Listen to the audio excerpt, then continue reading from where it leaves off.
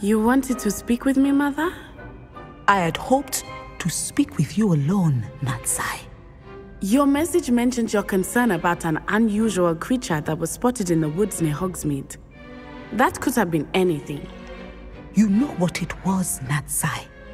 I am allowed to leave the castle. I am always careful, Mother.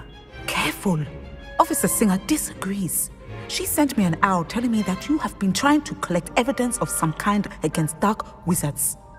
She berated me for not keeping a closer eye on you, and she is right. I do not want you visiting Hogsmeade for the near future. But Mother! My little gazelle, you are well-intentioned, but you must not meddle in the affairs of dangerous people.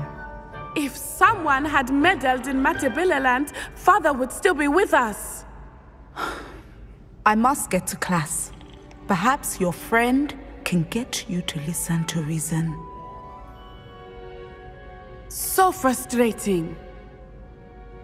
She never listens to me.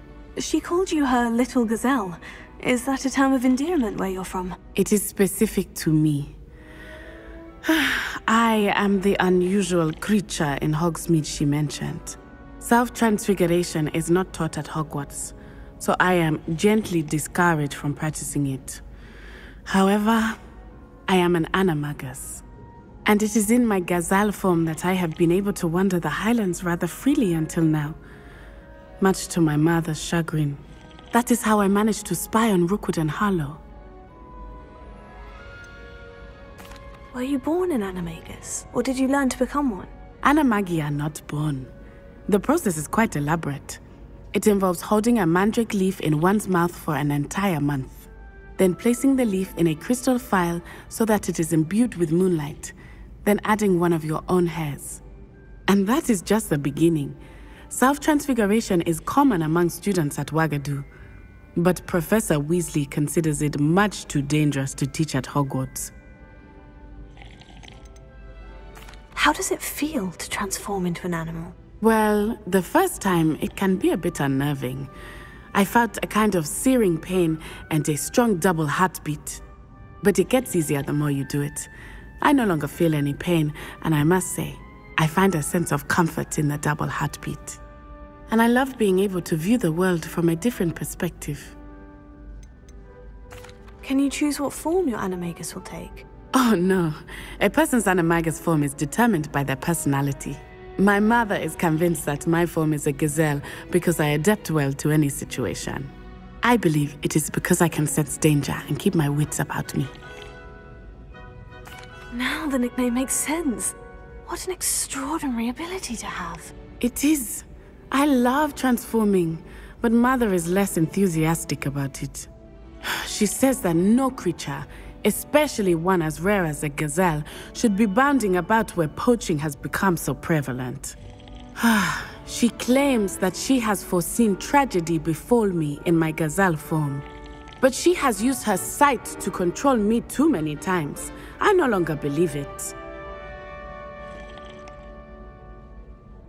She's concerned for your safety. It may be best for you to stay away from Hogsmeade for now. That may be safe, but I do not believe that it would be best. Do you? You could have fled the moment you discovered that Rookwood, Harlow, and Ranrock were after you, but you did not. I choose to act as you have. I must deal with Rookwood and Harlow, not hide from them. My mother cannot know where I am all the time. Thank you for being here during that rather awkward conversation. Professor, could you tell me how you and Nattie ended up at Hogwarts? I can. That is an easy question. We are here because of Professor Weasley.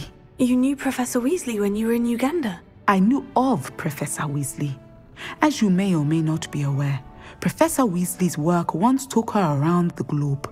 Without providing detail that is not mine to share, I can say that she was well known in our wizarding community for, well, sharing magical knowledge between countries. Professor Weasley seems quite knowledgeable, so I'm not surprised to hear that she'd do that sort of thing. Indeed. Although I suspect there is much about each of your professors that would surprise and impress you.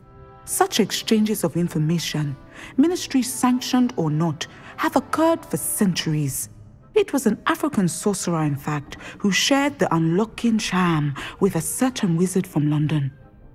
A thief, rather unfortunately. I see. But back to your original question. Professor Weasley had heard of my work and life in Matabeleland and my time teaching at Ouagadougou. She was deputy headmistress at Hogwarts by then, and when the position of divination professor became available, she contacted me. Her timing was perfect. I had just foreseen a change in Nat's size and my circumstances and knew that we needed to leave Uganda. Natsai was as ready as I was for a new adventure.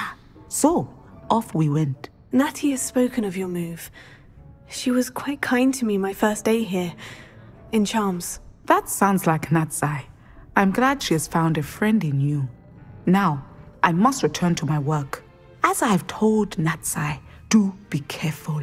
I had a vision earlier this year of her with a friend, flying on winged beasts. Perhaps unsurprisingly, she will neither confirm nor deny my visions, unless it suits her.